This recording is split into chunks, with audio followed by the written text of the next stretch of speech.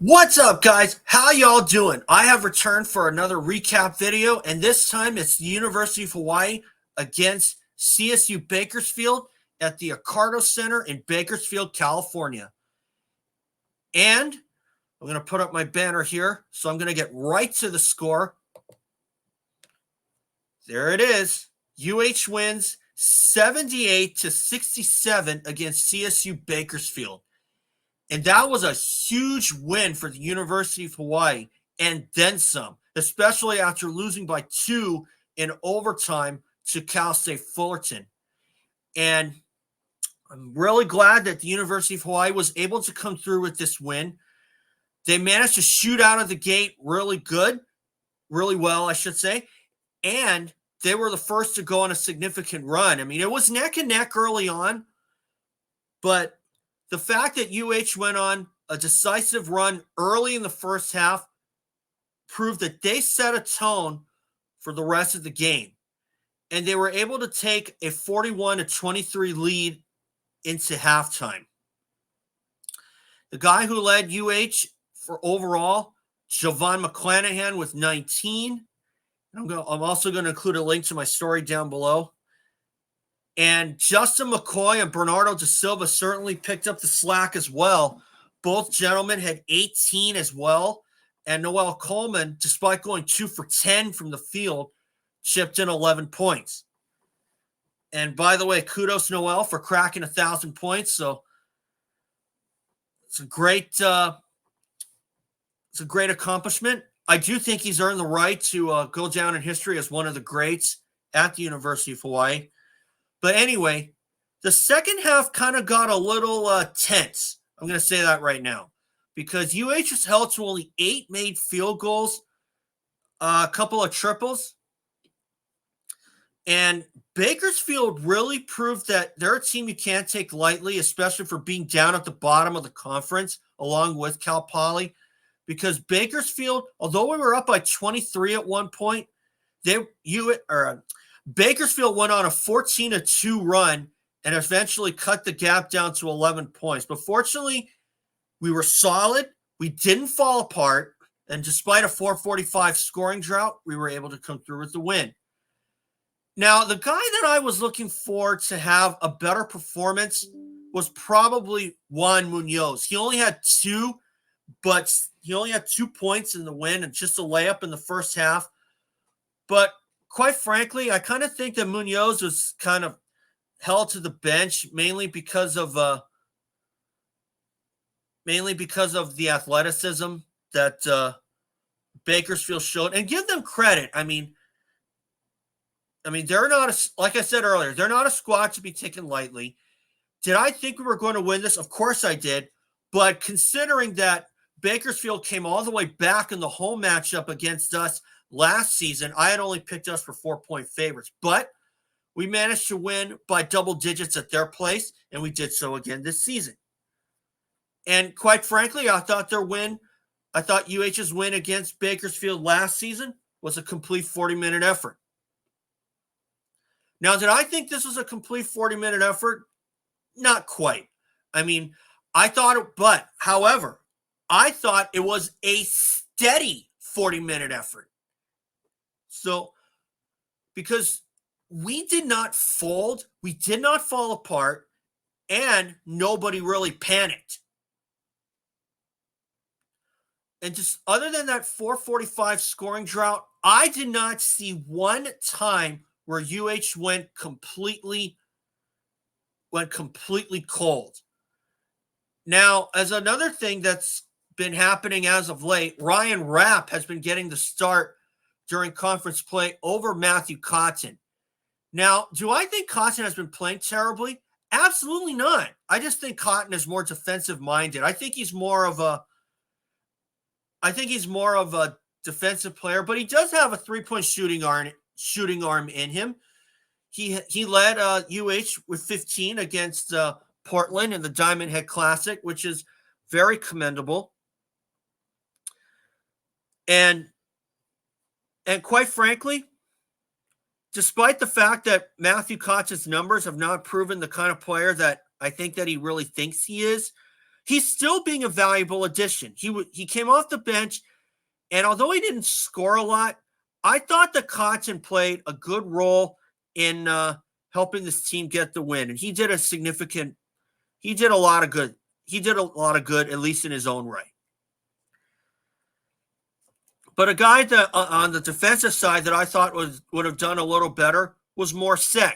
He did have, I believe he had the only block of the first half for the University of Hawaii.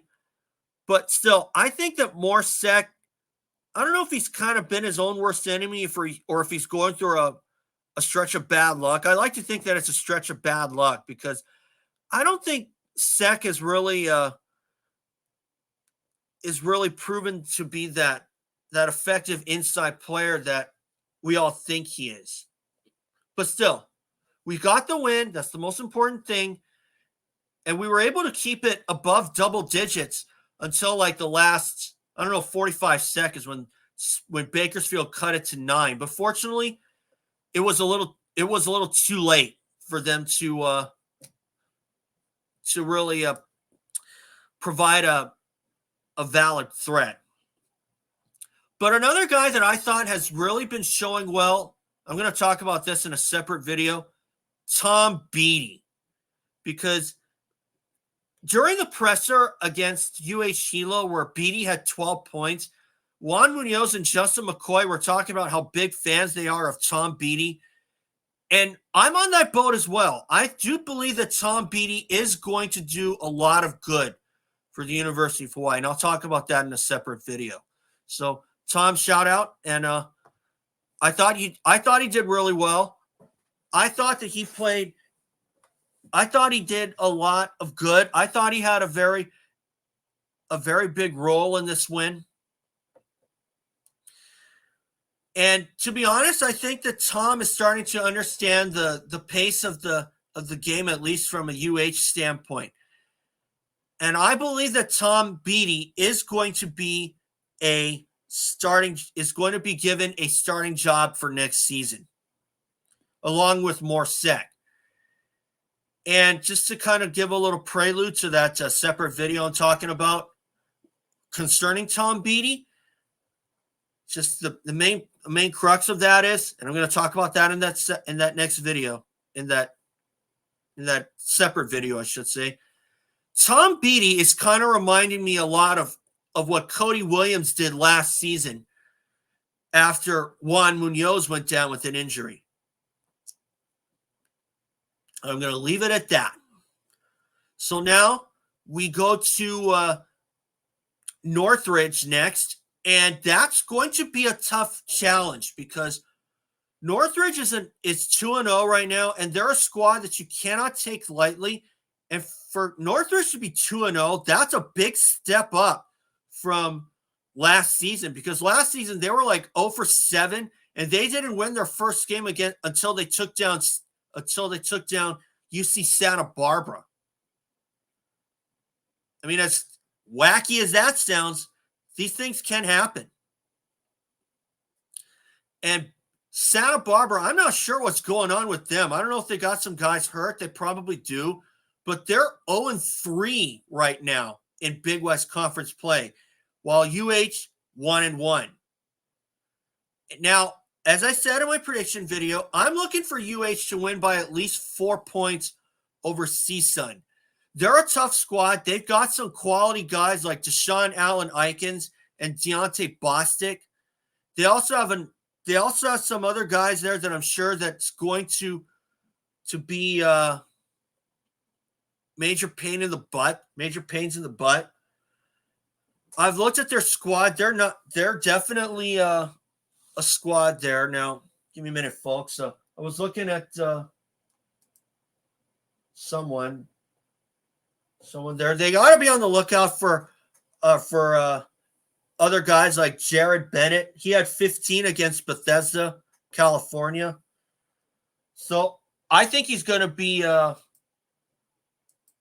threat. And quite frankly, probably Jasmine Sanga is going to be another threat because he had 19 against Cal Poly. And once again, Cal Poly, they're 0-3 as well. They even lost the services of Ali Mami Karoma. He transferred to Portland. And CSUN, they also lost some talent. Atten Wright graduated. And they also lost the services of Fidelis Okereke. He transferred to Bakersfield, believe it or not. And he only had 2 points in that win, in that loss, I should say.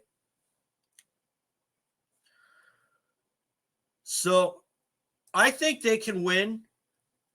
But Jordan Brinson is another guy, but Jordan Brinson is another guy that they should be on the lookout for because in his last 5 games, he's hit 10 points or more 4 of those times. The only time coming against UCLA where he didn't score. And CSUN, that's why I'm saying that you can't take CSUN lightly because they took down UCLA. And UCLA is a big name in college athletics. I mean, UH volleyball, we've had some troubles against them. Men's volleyball, I should say. And you know what? If UH were to go up against UCLA, I doubt that UH would come away the winners. And if they did, it would be by the skin of their teeth. But I do think it would be a close game. So, once again, I'm picking UH for 4-point favorites against Northridge, and we'll see what happens. But I'm looking for better numbers from guys like Juan Munoz and Morset. If those guys can come through with some good inside game and some 3-point shooting, at least with Juan Munoz anyway, I think we can win against Northridge going away. And you know what? The last time we've gone up against Northridge at their place, we've been able to win by convincing margins. So, anyway, considering that Northridge, that road win is early in the season, I don't know if we're going to see that. Maybe we will, maybe we won't, but you never know. Do I think it's going to happen? I hope so. But I still think that we can win against not Bakersfield, but Northridge. But it's going to take a lot of help. And everybody's going to have to come ready. So, anyway, guys, that's all for today. You will see a recap of the Northridge game. So, anyway, guys, thanks for watching. And remember, subscribe. That's how my channel grows. I got my channel remonetized on December 1st, 2023, and I want to be able to keep it. So please hit the subscribe button if you like my recap videos or if you like my Press Your Luck games. And you'll see one at least once a week. So, anyway, guys, thanks for watching. And remember, subscribe. I'll catch y'all later. So long, everyone.